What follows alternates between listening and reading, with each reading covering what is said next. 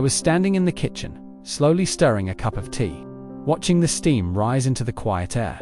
It was one of those ordinary evenings. The kind that feels so routine, so predictable, that you don't even realize how fragile it all is.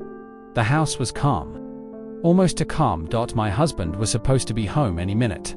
And like every other day, I expected the same thing. The door would open. He'd walk in, maybe give me a tired smile, and we'd fall back into our usual rhythm. Nothing special, nothing different. But that day, something felt off. I don't know how to explain it, but there was this strange heaviness in the air. Like the calm before a storm you don't see coming. And then, the front door opened. I didn't rush to look. I just slightly turned my head, expecting to see him alone. But when I did look, everything inside me froze. He wasn't alone. There was a woman standing beside him, young, confident, calm. The kind of calm that didn't belong in someone else's home. For a moment, I thought I was misunderstanding what I was seeing. Like my mind was trying to protect me from something it couldn't process. But no. She was real. Standing right there next to my husband. My fingers tightened around the cup. I could feel the warmth of the tea against my skin, but everything else felt cold, silent, disconnected. "Are you going to introduce me?" she said softly. Her voice broke the silence like it didn't belong there, smooth, almost polite. But there was something underneath it, something that felt deliberate. I looked at him, waiting, hoping, expecting at least a flicker of guilt. But there was nothing, no hesitation, no apology, no explanation. "This is Zara," he said, as casually as if he were introducing a coworker. "She'll be staying with us for a few days." A few days. Those three words echoed in my mind over and over again. A few days. In my home, with my husband. I felt something inside me crack. Not loudly, not dramatically, just a quiet, painful shift. Like something breaking deep beneath the surface. This was the moment, right? The moment where I was supposed to react. To scream. To cry. To demand answers. To throw the cup in my hand and let everything shatter around me, the way I was shattering. Inside, that's what anyone would expect. That's what they were waiting for. I could see it in their eyes. Zara stood there, watching me carefully. Not nervous, just curious. Like she was studying how I would respond. And my husband. He looked at me like he was bracing for impact, like he had already prepared himself for a scene, for chaos, for anger. But I didn't give them that. I didn't give them anything. Instead, I set the cup down slowly on the counter. The small clink it made against the surface felt louder than it should have. The room fell into complete silence. No one moved. No one spoke. Even the air felt still. Zara stepped forward first. Of course, she did. She walked into the living room like she already belonged there. Like she had every right to be in that space. She placed her bag on the couch casually, as if she had done it 100 times before. "I hope you don't mind," she said, turning to look at me. Mind. The word almost made me laugh, but I didn't laugh. I just looked at her, really looked at her. Her posture, her confidence, the way she held herself like she wasn't afraid of me, or the situation. And that's when I realized something. She wasn't here by accident. This wasn't awkward for her. This wasn't wrong in her mind. This was planned. Intentional. Carefully executed. And suddenly, everything became very clear. This wasn't just a mistake. This wasn't just an affair. This was something bigger, something deeper. And in that moment, I had two choices. I could break, or I could think, so I chose to think. I took a slow breath, and then I smiled. A calm, quiet, almost gentle smile. "Of course," I said. "You're welcome here."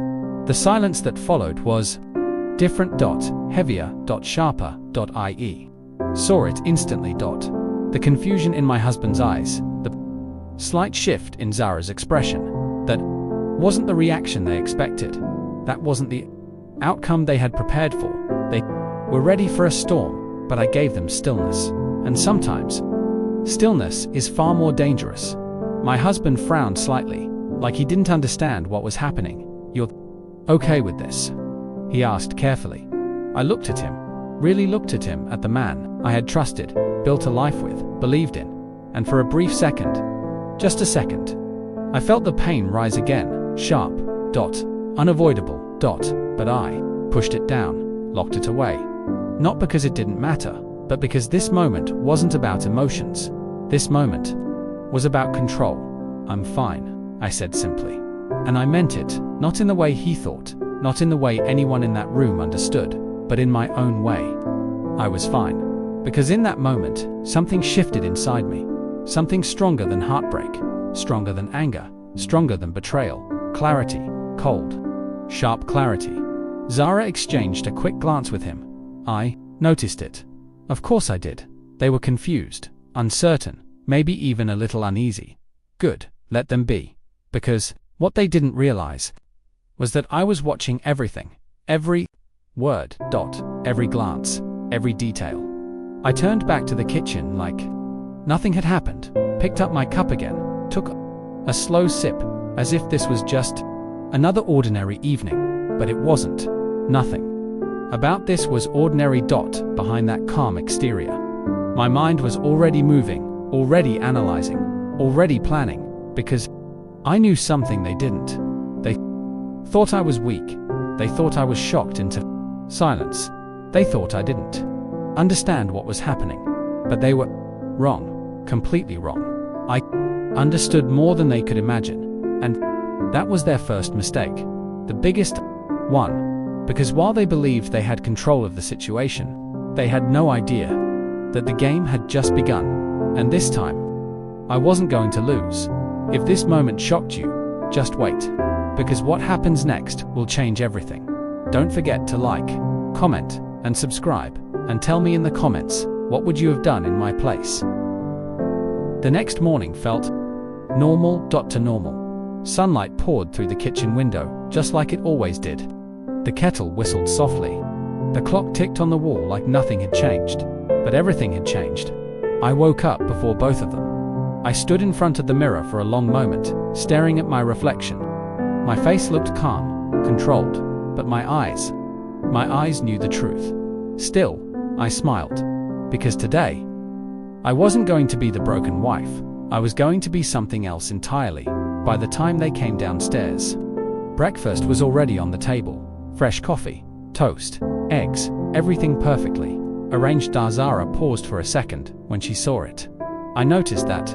Wow, she said, almost impressed. You didn't have to do all this.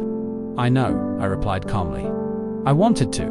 My husband watched me carefully as he sat down. He was studying me now, trying to understand me, trying to figure out why I wasn't reacting the way he expected. Did you sleep okay? He asked. I nodded. Perfectly. That wasn't true. But he didn't need to know that Zara sat across from me, relaxed, almost too comfortable. She picked up her coffee like she had done it 100 times in this house. Thank you, she said, taking a sip. You're welcome, I replied with a soft smile. Silence followed, not awkward, not loud, just heavy, filled with things no one was saying. And that's when I started noticing everything. The way he avoided eye contact, the way Zara looked at him when she thought I wasn't paying attention, the small glances, the subtle signals. They thought they were being careful, they weren't. The entire day, I kept myself busy, cleaning, organizing, fixing. Things that didn't need fixing, but I wasn't doing it to distract myself. I was observing, listening, learning. Zara spent most of her time on her phone or casually walking around the house like she was exploring something she planned to own one day. And my husband, he was restless. He kept watching me like I was a puzzle he couldn't solve. Finally, that night, he couldn't take it anymore. We were in the bedroom alone, the door closed. The silence between us felt different now, more direct, more real. You're acting strange, he said. I turned to look at him. Strange? Yes, he replied. You're too calm. This isn't normal. I let out a soft breath. And what exactly were you expecting? I asked. He hesitated. That told me everything. You thought I would scream. I continued. Cry. Throw things. I don't know, he said, frustrated. Something. Anything. I stepped a little closer. You brought another woman into our home, I said quietly. And you're confused about my reaction. He didn't answer. Because there was no answer. I'm just trying to understand, he said after a moment. I nodded slowly. Good, I said. So am I. But the truth was, I understood more than he realized, and I was getting closer to understanding everything later that night. I walked past the living room and saw Zara standing near the window. She was on the phone, her voice was low. Almost a whisper. I stopped. Not completely. Just enough to listen without being obvious. Yeah. I know, she said softly. A pause.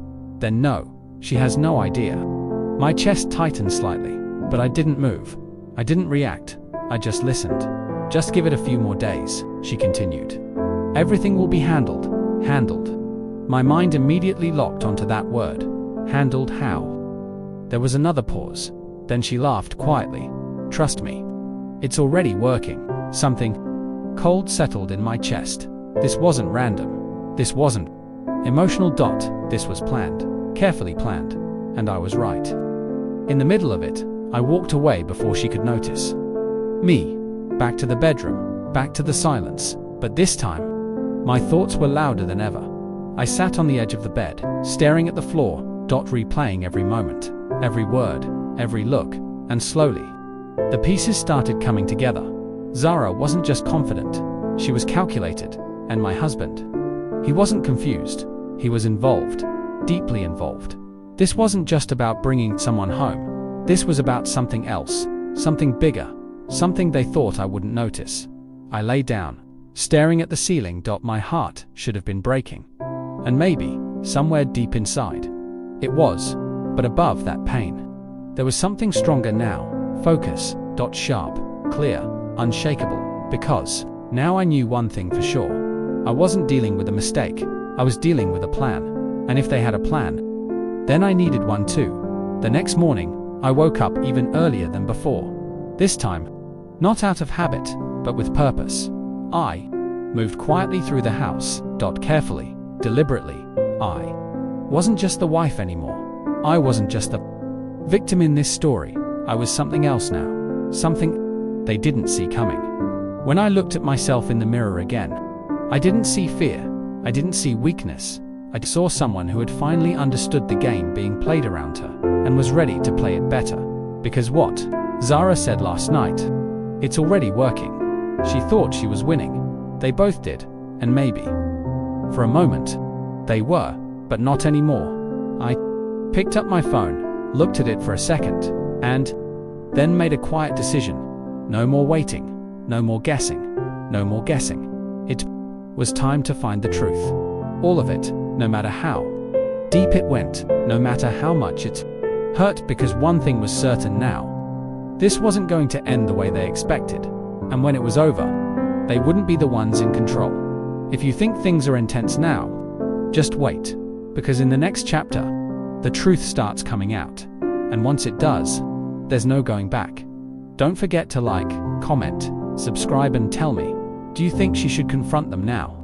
Or keep playing along? That night, I made a decision. No more guessing, no more assumptions. If there was a plan, I was going to uncover it completely. The house was silent, the kind of silence that feels heavier than noise. My husband was asleep beside me, his breathing steady, like nothing in his world was falling apart. Zara was in the guest room down the hall, or at least, that's where she was supposed to be. I slowly opened my eyes and looked at the clock. 2:17 a.m. Perfect. I carefully slipped out of bed, making sure not to make a sound. Every movement was controlled, every step calculated. This wasn't fear, this was focus. The hallway felt colder than usual as I stepped out. Dim light from the street outside filtered through the windows, casting soft shadows along the walls. I paused outside. Zara's room. Listened. Silence. I gently turned the handle. Unlocked. Of course it was. The room was dark, but not empty. Her bag sat on the chair near the bed, neatly placed, like she knew exactly where everything was, like she had already settled in. I closed the door behind me quietly and walked toward it for a second. I hesitated, not because I was scared, but because I knew once I did this, there was no going back. Whatever I found would change everything. I opened the bag. Slowly, carefully, inside. Everything was organized. Organized. Clothes. Makeup. Essentials. But underneath, there was something else. A folder. Thin. Black. Hidden. Beneath everything else, my fingers tightened as I pulled it out.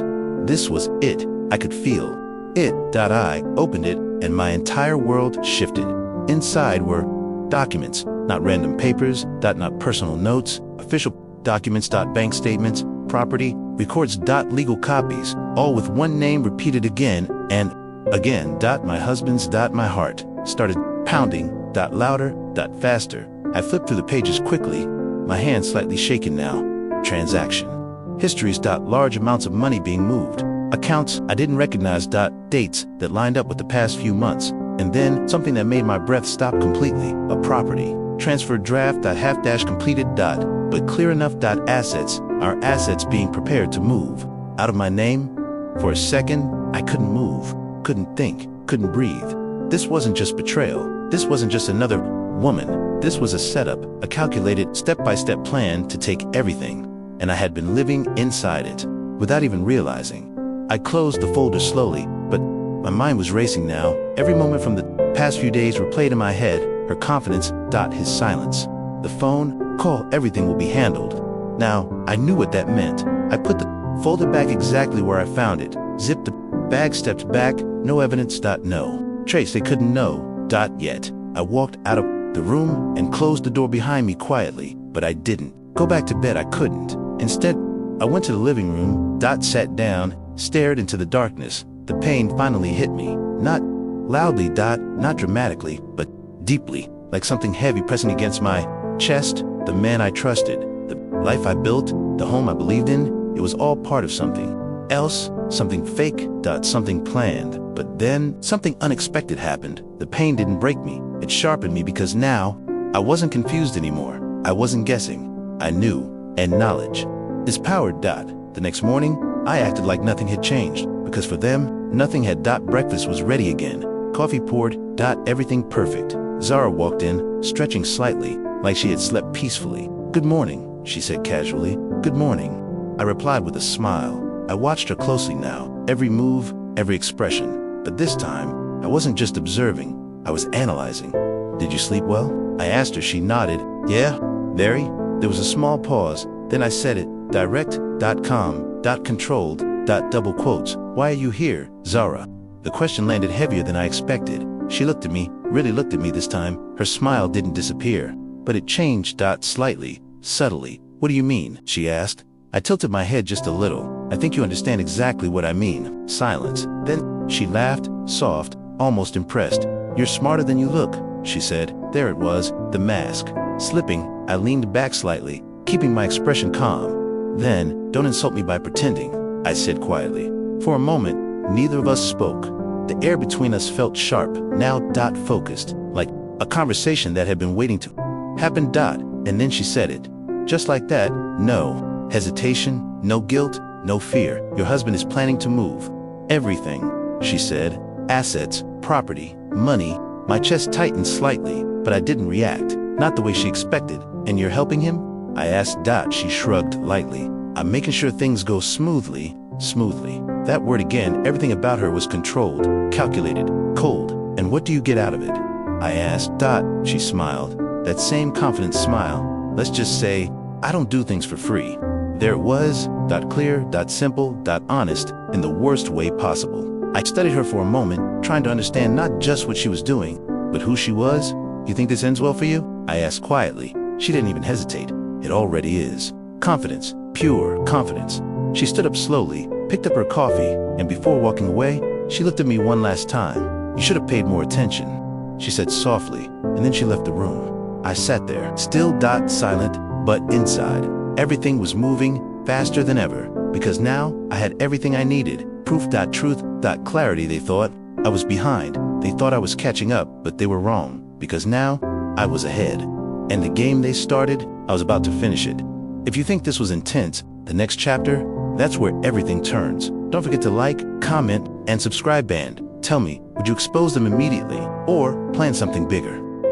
After that conversation with Zara, everything changed. Not on the outside, no, on the outside. I was still the same calm, quiet wife, breakfast on time, house spotless, soft smile, controlled tone. But inside, I was already 3 steps ahead. They thought they had time.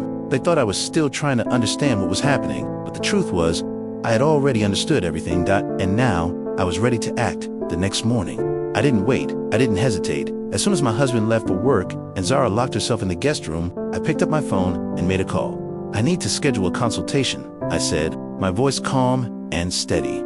There was a brief pause on the other end. "Yes, it's urgent." An hour later, I was sitting in a modern office across from a lawyer, clean desk, sharp lighting. Everything precise, everything professional, exactly what I needed.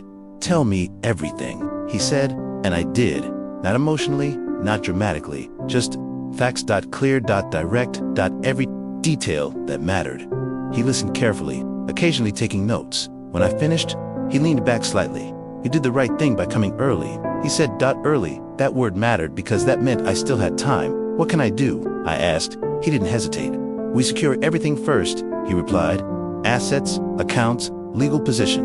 Quietly, exactly how I wanted it. For the next hour, we went through everything. Documents, ownership structures, access points, legal rights I didn't even realize I had. And slowly, piece by piece, I took control back. By the time I walked out of that office, I wasn't the same person who had walked in. I wasn't just reacting anymore. I was preparing. The next few days, I played my role perfectly. Better than ever. Dinner was always ready. The house looked flawless. My tone was softer, kinder almost. Too perfect, my husband noticed. Of course he did. One night he looked at me with confusion and said, "You've changed." I smiled gently. "People change," I replied. But what he didn't realize was that I wasn't changing. I was performing. Zara, on the other hand, was starting to get impatient. I could see it in the way she moved, the way she watched me.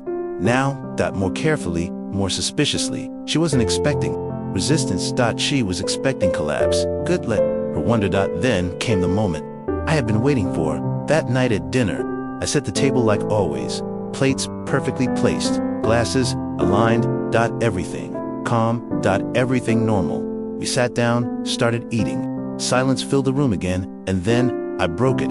"I've been thinking," I said casually. Both of them looked up. "About the house," I continued. That got their attention. Immediately, double quotes, "What about it?" my husband asked. I took a slow sip of water. Calm. Measured. Double quotes. "I think it's time to make some changes," I said. Zara's eyes flickered slightly, just for a second, but I saw it. "What kind of changes?" she asked. I looked at both of them, and then said the one thing they never expected to hear from me. "I'm thinking about transferring the house," I said. "Putting it in your names." Silence. Complete silence. My husband blinked. Once, twice. Like he wasn't sure he heard me correctly. "What?" he said. Zara didn't speak, but her expression, that was everything. Shock. Excitement. Suspicion. All at once. "You heard me," I said calmly. "It would make things easier." "Right? Easier." That word hit exactly where I wanted it to. My husband leaned forward slightly. "Why would you do that?" he asked. I smiled. Soft, controlled. "Because I trust you," I said. That was the moment. The exact moment. I saw it. The shift. They believed me. Not completely, not yet, but enough. And that was all I needed that night. Everything fell into place. Later, when they thought I was asleep, I heard them. Whispers. Low voices. Careful, but not careful enough. I moved slightly closer to the door, quietly holding my breath. "This is too easy," Zara whispered. "I told you she wouldn't suspect anything." My husband replied. My chest tightened, but I stayed still. "Just get the papers ready," she continued. "Once she signs, we're done."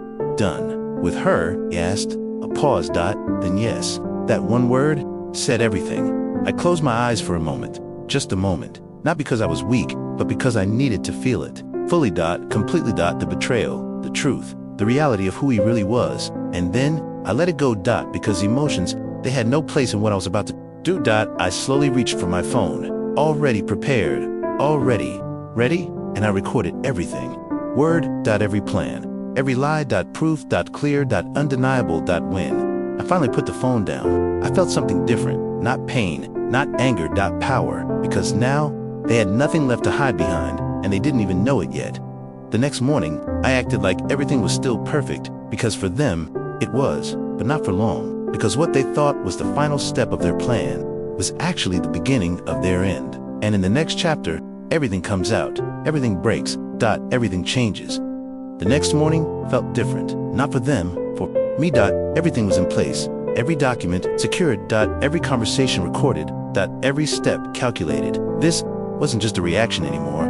This was a conclusion. I stood in the living room, looking around the house I had built, the life I had believed in. It felt strange, not broken, not lost, just clear for the first time. I wasn't confused. I wasn't guessing. I knew exactly what was about to happen. "Can you come here for a second?" I called out calmly. My husband walked in first, still unaware, still thinking he was in control. Zara followed behind him, arms crossed, watching me carefully. She knew something was different. Maybe not everything, but enough. "What's going on?" he asked. I didn't answer immediately. Instead, I walked over to the TV, picked up the remote, and turned it on. The room dimmed slightly as the screen lit up. That soft glow filled the silence, heavy, anticipating. Double quotes. "I thought we should talk." I said. Zara shifted slightly. "About what?" she asked. I looked at her and smiled. Not soft this time, not gentle, sharp. "Certain about the plan," I said. Silence. Immediate. Tense. My husband frowned. "What plan?" I didn't reply. I just pressed play. The audio filled the room, clear, undeniable. "This is too easy." Zara's voice. "I told you she wouldn't suspect anything." My husband's voice. The words echoed through the room like a storm, finally. Breaking. Zara's face changed instantly. Her confidence cracked. Just for a second, but it was enough. "Turn that off," she snapped. I didn't. "When she signs, we're done. Done with her." Yes. Silence. Complete silence. I paused the recording and looked at them. My husband looked like he had just seen something impossible. His face pale, eyes wide, breathing uneven. This isn't what it looks like," he said quickly. I let out a small, almost amused breath. "Really?" I said. "Because it looks exactly like what it sounds like." Zara stepped forward, her voice sharper now. "You had no right to record that," she said. I turned to her slowly. "No right," I repeated. "You walked into my house, planned to take everything from me, and you're talking about rights." She didn't answer because she couldn't. I reached over to the table and picked up a folder, the same kind of folder I had seen in her bag. "But don't worry," I said calmly. I didn't stop there. I placed the folder on the table and opened it. Inside were copies of everything. Every document, every transfer attempt, every hidden move. I know about the accounts. I continued. The transfers, the property plans. My husband shook his head, stepping back slightly. How did I cut him off?" "It doesn't matter how," I said. "What matters is that I know." Zara's expression hardened again. She was trying to regain control, trying to rebuild that confidence. "You think this changes anything?" she said. I looked at her. Calm. Unshaken. Double quotes. "It changes everything," I replied. I pulled out another set of papers, and this time I slid them directly toward him. "What is this?" he asked. "Divorce papers." I said. The word hit harder than anything else in the room. He stared at them, then at me, then back at the papers. "You're overreacting," he said quickly. "We can fix this." "No," I said firmly. One word. Clear. Final. "There's nothing to fix," I continued. Because this wasn't a mistake, I stepped closer, just enough for him to see my eyes clearly. "This was a plan," I said quietly. "And you chose it?" He didn't respond. He couldn't. Because deep down, he knew I was right. Zara crossed her arms again, trying one last time. "You don't have proof of anything illegal," she said. I smiled slightly. "Actually," I said, "I do." I tapped the folder, and if I need to, I won't hesitate to use it. That was it. That was the moment everything shifted completely. The power in the room? It wasn't with them anymore, it was with me. My husband sank into the chair behind him, running his hands through his hair. "This wasn't supposed to happen," he muttered. I looked at him, and for a brief second, I felt something. Not love, not forgiveness, just recognition of who he really was. "You're right," I said quietly. "This wasn't supposed to happen, but it did." I stepped back, creating distance, final distance. "Sign the papers," I said. He looked up at me, desperation in his eyes. "Now, please. We can talk about this." I shook my head. "We already did." I said. Zara grabbed her bag suddenly, frustrated, angry, defeated, double quotes. "This is a waste of time," she snapped. "I'm leaving." And just like that, she walked out, no confidence, no control, no victory. Just defeat. The door closed behind her, and the silence that followed. It felt different. Lighter. Clearer. My husband sat there, staring at the papers in front of him, lost, but I wasn't, because for the first time since that door opened days ago, I wasn't reacting anymore. I had taken control, and this was the result. If you think this was powerful, the final chapter, that's where everything truly ends. The house felt different. Not empty. Not broken. Just quiet. The kind of quiet that doesn't suffocate. The kind that lets you breathe. Again, a few days had passed since everything happened. Since the truth came out, since the lies collapsed, since the man I once trusted sat in front of me, unable to recognize the woman I had become. He signed the papers, not immediately, not without hesitation, but eventually. He did. I didn't watch him while he signed. I didn't need to, because that chapter of my life was already over. Zara never came back. Of course she didn't. People like her don't stay when there's nothing left to gain, and once the money, the control. The illusion disappeared, so did she. I heard later that she left him too. Just walked away. No explanation, no goodbye. And somehow, that didn't surprise me, because what they built together was never real. It was strategy, convenience, temporary, and things like that. They don't last. But this story was never really about them. It was about me. The first morning, I woke up alone, felt strange. The bed felt bigger, colder, quieter. I sat up slowly and looked around. For a second, there was a small emptiness in my chest, a space where something used to be, but it didn't hurt. Not the way I expected it to, because that space, it wasn't loss, it was freedom. I got out of bed, walked to the kitchen, and for the first time in a long time, I made tea just for myself. No pressure, no expectations, no pretending. Just me. I carried the cup to the balcony and stepped outside. The morning air was cool.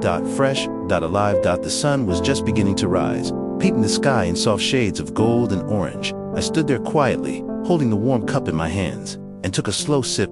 Peace. That's what it felt like.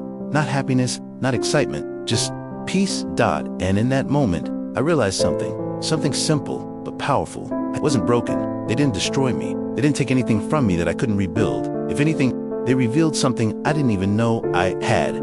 Strength.